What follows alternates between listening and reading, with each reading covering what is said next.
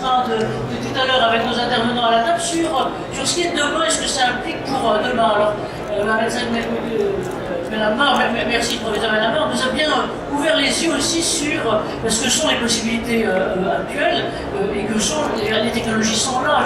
La téléconsultation, comme je dis, elle existe depuis longtemps. Et c'est vrai que par exemple, pardon, mais quand on est patient, on avait tendance à chercher les hôpitaux qui avaient justement cette télé-expertise pour pouvoir avoir l'expertise internationale et pas seulement, pardon, locale. C'est vrai que quand on est malade, de notre côté, on cherche aussi ce genre de choses. Mais qui sont aussi globalement ouverts là maintenant. En France, quand les choses se sont ouvertes, encore une fois, certains médecins disent pas assez, pas pour la téléconsultation via le remboursement, je dirais, la téléconsultation de fil. On a la même chose, et avec, je dirais, un acteur qui n'est pas là, il y en a peut-être aussi dans la salle, et qui est en train de changer complètement les perspectives d'avenir, qui sont les complémentaires santé, l'arrivée des assureurs et des mutuelles globalement dans le système. Ça sera un prochain épisode, un prochain Préventica globalement là-dedans. Voilà, toutes ces innovations qui sont la technique qui est là, et de toutes les façons, à partir du moment où elle est là, pardon, on l'utilise. Ne pas en interdire globalement l'emploi. Et puis il y a l'autre chose aussi dont Jérôme tu parlais tout à l'heure et qui est globalement l'intelligence artificielle et toutes les datas. Qu'est-ce qu'on va faire globalement des datas de santé? Des datas de santé qui sont les vôtres à l'hosto, qui sont les vôtres quand vous êtes à la sécurité sociale, qui sont les vôtres quand vous avez les trucs connectés et que ça va se balader globalement, on sait pas où. Tout ça, ça va changer. Alors voilà, un peu maintenant, toujours comme vous voulez, le premier qui saute sur le micro, je peux lui passer le mien. Ou pas. Stéphane. Oui, je ne sais pas si je suis au micro. Enfin, quelques réflexions quand même de façon complémentaire. Bon, il y en a quatre. D'abord, j'ai parlé du cloisonnement des acteurs. On a encore beaucoup de soucis de liaison entre les médecins du travail et les médecins généralistes. Donc là, c'est un progrès. Je ne vais pas donner de solution, mais c'est un progrès à faire. Quand on a voulu, nous, à généralistes, avec la CNAM, faire passer des dépliants aux médecins généralistes sur les TMS, ça a été très compliqué. Ça a été très compliqué. Donc je dis ça, il y a des progrès qui sont faits, mais c'est encore très compliqué. Deuxième sujet, vous avez parlé d'organismes complémentaires. C'est très vaste, c'est une partie de l'avenir de la santé au travail, très certainement, notamment par le financement. Sur cet aspect-là, il est évident que les organismes complémentaires connaissent très bien leurs clients. Je ne sais pas si c'est patient ou client, c'est client en tous les cas. Voilà, adhérents, oui, adhérents, mais aussi les individus, c'est un point très fort. Nous, on a des contacts avec ces organismes parce qu'ils connaissent très bien leurs clients, adhérents, on les appelle comme eux, ils les connaissent très bien individuellement. Là, le lien entre santé au travail, santé du salarié, santé de l'individu, est très net. Et puis, deux points sans empiéter sur ce que vous avez dit tout à l'heure, mais sur les nouvelles formes de travail, on a fait un exercice de prospective à l'INRS, on a appelé Production 2040, quelles sont les nouvelles formes de production 2040, avec différents intervenants, dont France Stratégie. C'est sur notre site inrs.fr, et on s'est aperçu qu'un des enjeux, c'est quand même ce qu'on appelle à un moment donné l'ubérisation. Pas simplement sur les voitures, mais sur les livraisons de repas, sur beaucoup de choses. Il y a notamment la difficulté du lien avec l'employeur. C'est pas Uber aux États-Unis à qui on va envoyer une plaquette sur comment remplir le document unique pour ses chauffeurs, à qui on s'adresse, comment on touche les chauffeurs qui ne sont pas chauffeurs ou livreurs, qui ne sont pas salariés là, qui fait la prévention.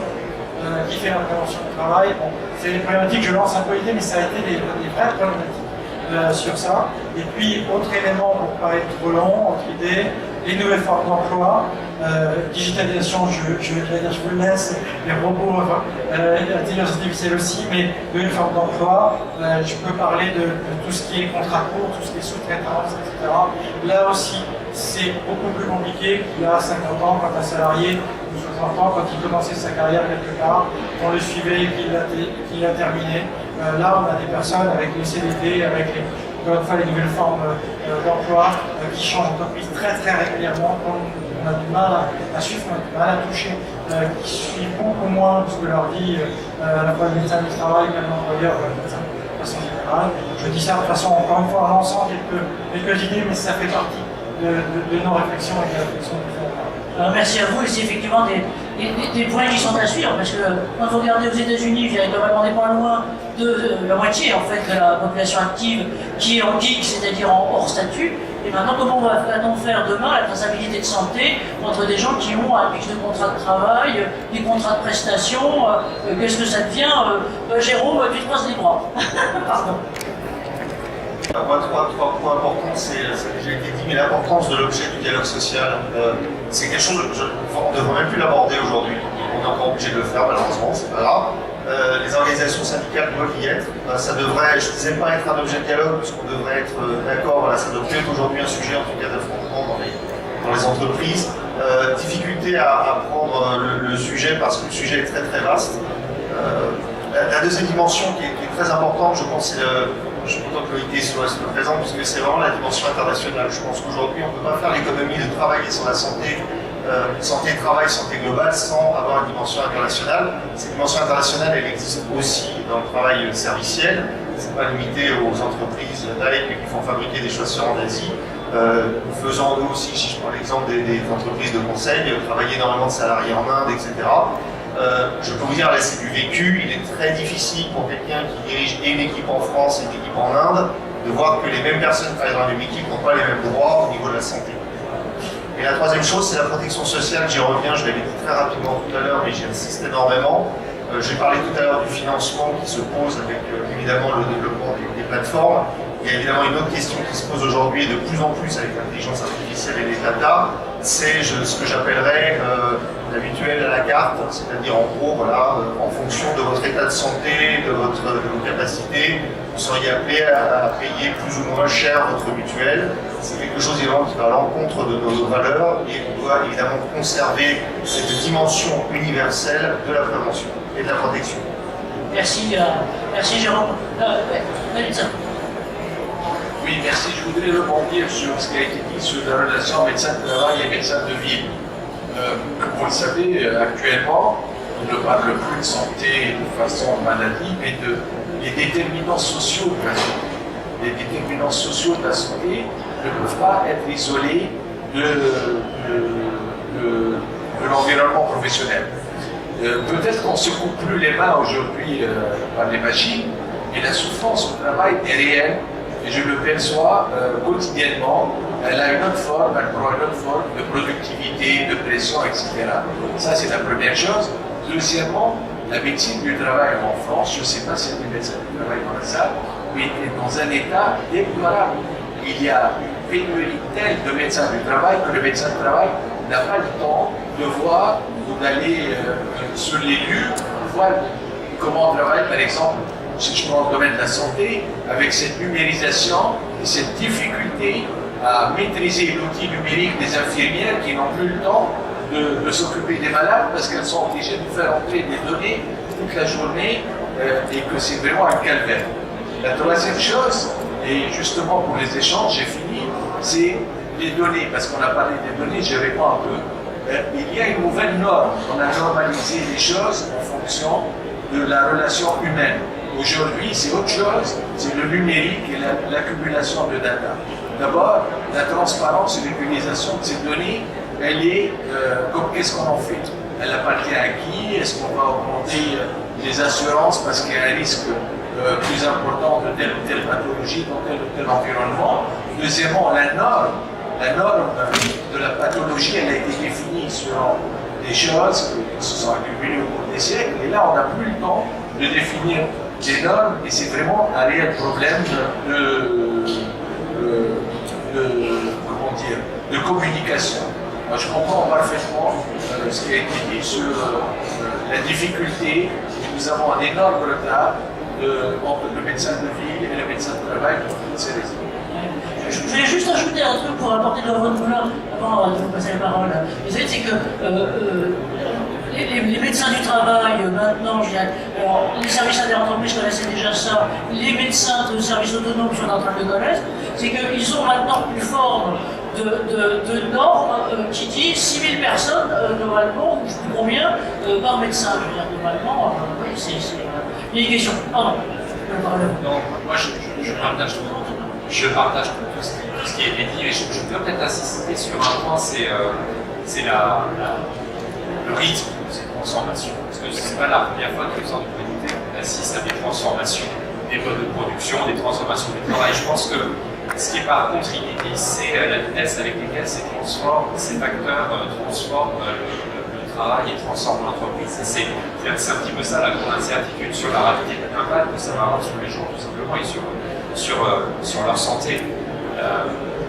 On peut citer toutes sortes d'exemples. Par exemple, au plan international, il y a quelque chose qui est factuel. Ce qu'on voulait dire, c'est le constat que dans les phénomènes de souffrance au travail, les pathologies mentales étaient en pointe. Et c'est vrai dans tous les pays. C'est pas uniquement une réalité des pays industrialisés, c'est pas partout la montée de ce qu'on appelle les risques psychosociaux. Il y a un rapport de l'unité il y a 3 ans qui avait bien montré. Parallèlement à ça, ça correspond à la période finalement dans laquelle ces mutations des modes de production, et en particulier le numérique, je voudrais ne pas s'empêcher de faire un lien entre le délitement des collectifs de travail, avec les incertitudes sur les contours de l'entreprise, qu'est-ce que c'est que le lieu de travail, autant de catégories sur lesquelles on a fondé le droit du travail dans tous les pays du monde depuis 50 ans, et qui sont des catégories qui sont mises au défi par justement ces facteurs de transformation.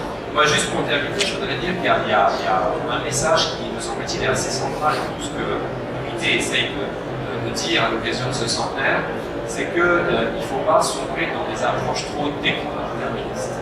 Les technologies n'ont jamais déterminé l'avenir, c'est l'usage qu'on en fait qui est déterminant. Et d'où l'importance de ce qui a été dit ici, l'importance des régulations, l'importance de faire de ces facteurs de transformation du travail des objets de dialogue social et de concertation entre les acteurs. Merci, merci à vous. Juste, Jérôme, et puis avant, peut-être on va pouvoir aussi ouvrir la parole avec vous tous, mais juste avant là, je reprends ce que tu disais là, on fait au CERN, on fait tous les mois une veille, une veille prospective mondiale, d'ailleurs sur vraiment ce qui se passe. Et moi, ce qui me frappait, par exemple, là, c'était juste récemment, je me suis cité 2 trucs là, qui sont globalement remontés. On voit monter, par exemple, le harcèlement, le harassement en anglais, mais qui est le harassement sexuel, sexiste, discriminatoire, parce que plus que l'autre, de plus en plus, tout pays, alors ça monte beaucoup aux États-Unis, dans la suite de où on pensait que ça s'était fait, en fait pas du tout, et aussi en Inde. Et je pensais à ça parce que c'était aussi en Inde, à Bangalore, globalement, là-dessus. Et donc, ces sensibilités, on les voit, et on les voit partout, on les voit en Afrique, on les voit de la même façon, là. Et l'autre chose aussi que je voulais vous dire, alors peut-être c'est une question pour vous, Sarah, j'entendais ça ce matin, je suis resté assise, heureusement, je ne suis pas tombée, dans la salle de bain. C'était l'Estonie qui vient de déterminer, le séquence des génomes pour 10% de sa population, par ordre du capitaine, l'éclipse de c'est comme ça, et c'est pas autrement, c'est mini 10%. Il y a eu une gamine, enfin une jeune étudiante qui était globalement interviewée là, et qui disait, bah oui, mes profs m'ont demandé de rentrer ça il y a globalement 6 mois, et alors maintenant, la prochaine fois que je vais chez mon médecin, et ben non seulement je lui dirai que j'ai mal au poumon, enfin bref, j'ai globalement tel truc, mais il va pouvoir me répondre, il me dit en médecine prédictive que donc, je vous enverrai le truc, c'est ce matin, ça vient de sortir, c'était dans la droite, pour vous dire, elle est repris en vue de presse par France Inter. J'ai vérifié parce que j'étais étonné, mais oui, globalement c'est là. Et donc on voit bien, c'est vrai que vous avez raison sur le principe, ce ne sont pas les technos qui guident, mais en gros, globalement, quand les possibilités sont là, elles sont là. Voilà. Alors peut-être, on a encore quelques minutes, question, qui veut intervenir, poser des questions, je vous en prie, monsieur. Je vous remercie. Je suis administrateur d'Alain Joël. D'abord, je vous remercie à tous de la qualité de vos interventions, de votre présence. C'était très intéressant. Je voulais juste parler de ce qu'on dit est complémentaire. Bien faire le distinguo entre les assurances d'un côté et les mutuelles de l'autre. C'est assez important. Parce que chez nous sommes mutuelles, mais bon, nous ne sommes pas que des organismes financiers. Nous sommes bien au-delà de ça. Sur la prévention, c'est essentiellement fondamental, que ce soit auprès de l'éducation nationale, auprès du ministère de l'éducation, de la transition écologique et solidaire, suite aussi à nos relations que nous avons avec les syndicats. Notamment, je voudrais citer le Carrefour Santé Sociale avec qui nous travaillons bien de ce côté-là. Et puis quelque chose qui a été très important, qui a été dit, je voudrais le souligner, c'est la porosité entre le monde du travail et la vie personnelle. Voilà, les jeunes, notamment, ne citer qu'elle, est globale, entend considérer ces mutualistes de manière globale, de manière plus large, notamment la notion de langage. Je ne sais pas qu'est-ce qu'il a souligné, je trouve qu'il est extrêmement importante, et de contact humain, qui est absolument fondamental au-delà de tout ce qui peut se passer au niveau technologique. Merci beaucoup. Merci à vous et merci de le souligner parce qu'on voit bien à quel point les mots sont importants et quelquefois, effectivement, les assureurs ont pu envahir le terme de mutualité et qui d'ailleurs est devenu maintenant les mutualités complémentaires. Sur ce que vous disiez sur la porosité entre les deux, mais encore une fois, nous, c'est ce qui nous a frappé dans l'étude un peu de synthèse qu'on avait fait l'an dernier, c'est que bon, les enjeux de santé mentale et de bien-être venaient en premier devant globalement tous les autres. Et puis, alors là, vieux malaise, mais qu'on n'a pas su nous analyser, on a fait une étude, c'était normal, je veux dire, on n'avait pas d'intelligence artificielle derrière, ni d'algorithme, on s'est fait avec nos petites mains et nos petits claviers globalement là-dessus. Et ce qui sortait, c'était sûr que finalement ces questions de vie professionnelle, de vie personnelle, c'était pas très bien posé comme dans la façon de des questions. Est-ce que c'était conciliation, est-ce que c'était équilibre, est-ce que c'était hétérogénéité, bon voilà, et on ne savait pas tout. Voilà, donc qui veut prendre la. Voilà. Donc Claude Poirier. Merci Madame Levesque. Bon, ici je parlerai de ce qui se passe au niveau de l'Association internationale de la sécurité sociale, que je représente dans cette maison, donc fille de l'OIT. D'accord. Ok. Donc fille de l'OIT, en s'avançant, d'accord. Ce qui m'a beaucoup apporté, c'est ce que j'entendais dire dans notre collègue associé à Stanford, c'est qu'autrefois nous avions des politiques d'éducation pour la santé qui au 19e siècle ont commencé avec des offices publics dans les années 20 jusqu'à la Seconde Guerre mondiale, qui ensuite ont été repris par les organismes de sécurité sociale et d'allocation familiale. Et je dirais que quand il y a eu les transferts vers les ARS, ça a été un peu fondu dans le fonds d'intervention régionale des ARS, et que tout ce qui est éducation sanitaire est un peu le parent pauvre. Alors je dirais que pour le plan international, nous avons dans la vision 0 que je présenterai jeudi prochain en salle F, nous avons bien sûr la santé, la sécurité et aussi le bien-être, et que c'est un point qui est en progression énorme dans les programmes généraux de l'action de la ISS, et qu'effectivement, que ce soit la branche famille ou la branche sécurité du travail ou la branche maladie, ça fait partie de nos priorités. Donc je crois qu'on a devant nous quelques raisons d'espérer. Je pense que des exemples de la mutualité, ce que vous faites maintenant dans les mutuelles, ça fait quelques années, ça se fait aux États-Unis, où je dirais que c'est important, et avec le soutien de l'employeur, je pense que c'est réellement une prime à l'action et au soutien de l'employeur, pour notamment éviter des problèmes d'obésité. Alors je ne parle même pas des addictions, mais des choses très simples. Et je vais aller en sens inverse, à côté des addictions, les manques. Et notamment dans les programmes qu'on met des fois en Afrique, avec des grandes entreprises françaises qui opèrent en Afrique de l'Ouest, c'est d'abord de faire en sorte que les gens aient mangé avant de commencer le travail. C'est aussi bête que ça. Et le fait de nourrir les travailleurs avant qu'ils montent sans l'échafaudage, c'est quelque chose d'important. Je pense à l'EFH qui le fait, et d'autres. Et je pense également que le lien doit être fait entre les deux. On a eu trop souvent d'ailleurs, je dirais avec peut-être la responsabilité de la branche de séparer la santé publique et la santé professionnelle. Merci, pardon. Et sur la prévention de la désinsertion professionnelle, en amont, pendant l'arrêt de travail, et justement pour éviter les risques de rupture de contrat, M. Pimbert en a parlé tout à l'heure. Qu'est-ce qui, à votre avis, fait qu'il y ait ce cloisonnement entre les acteurs? On a du mal à... On voit qu'en interrogeant, en travaillant avec les travailleurs sociaux, qu'il y a encore qu'il y a certaines frustrations, un sentiment, voire même d'échec, alors que c'est un dispositif d'ailleurs que je salue et pour lequel on participe aussi à le faire connaître. Qu'est-ce qui pourrait améliorer la situation pour que les acteurs travaillent mieux ensemble? Merci. Pour une raison très profonde, c'est pas encore vu de l'extérieur, mais en tout cas, il y a un travail de réflexion très profond. Le premier, je dirais, je ne vais pas donner les solutions parce qu'elles ne sont pas encore trouvées, mais en tous les cas, le premier élément pour moi et pour l'instant dans la mission pour trouver, c'est le cloisonnement des acteurs. Dire qu'il y a au moins 4 ou 5 acteurs différents qui interviennent, qui peuvent intervenir, qui peuvent financer, qui peuvent aider la personne, qui peuvent aider l'employeur. Ça, c'est la principale difficulté, c'est-à-dire qu'à force de vouloir créer des acteurs qui peuvent aider, en fait, il y a 4 à 5 acteurs différents qui presque se marchent sur les pieds, ou en tout cas ne sont pas assez coordonnés sur ça. Donc il y a un premier point. Le deuxième point, c'est qu'il y a quand même une différence, encore malgré le titre de la table ronde, une différence entre la santé publique et la santé au travail. C'est-à-dire qu'il y a encore une vraie différence entre l'employeur, le domaine de l'employeur et l'intérieur de l'entreprise, et puis la santé publique de la personne, l'individu en tant que tel.